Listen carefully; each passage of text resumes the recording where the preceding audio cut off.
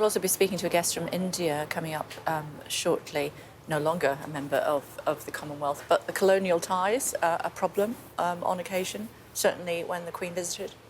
Yes, absolutely, and this is something he's going to have to he and Camilla, who have been on doing a lot of travelling themselves in their own right, will have to manage very carefully. And remember, William, in the aftermath of that criticism of that tour, gave a well-received speech in which he said that the monarchy essentially had to move with the times and welcome countries going independent but remaining friends of the UK. Okay. Well, let's bring in our guest, should we? Mini Nair, author and journalist based in India, as we look at these pictures from the Queen's visit back in 1961. Good morning to you. Thank you for joining us. Can you tell us about India's day of mourning for the Queen? It is indeed a very sad moment because the Queen was the head of the Commonwealth Association and India is a member of the Commonwealth countries, and therefore the Indian tricolour is flying at half-mast for a day in memory of the Queen's demise.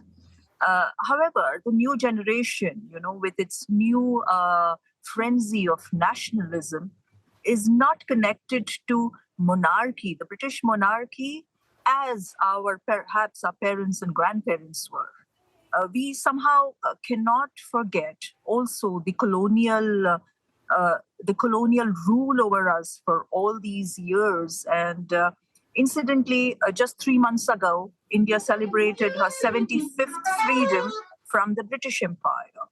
So it's kind of a mixed emotion where the older members of the society have a very strong bond with the Queen, but the newer generation are speaking about the Kohinoor in her crown, which was a jewel of India, and perhaps the other history like the famines and that which were inflicted on this country.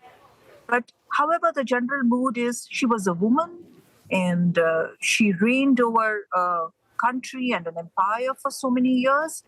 And therefore, as a respect to her, the national flag is half-mast.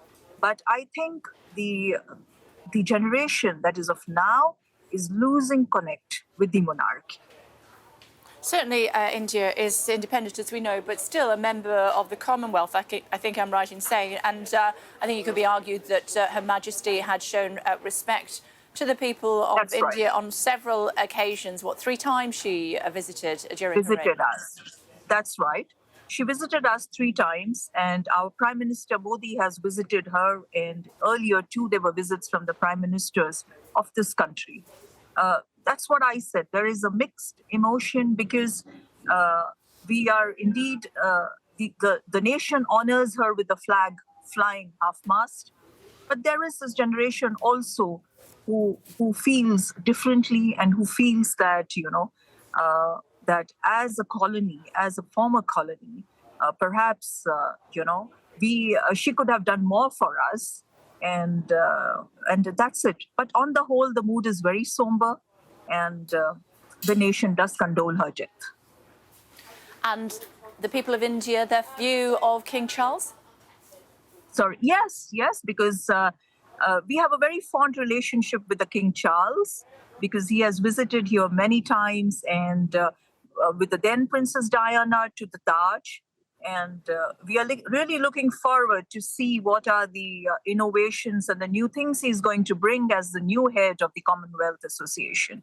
And from this country, we wish him all the best for his endeavors.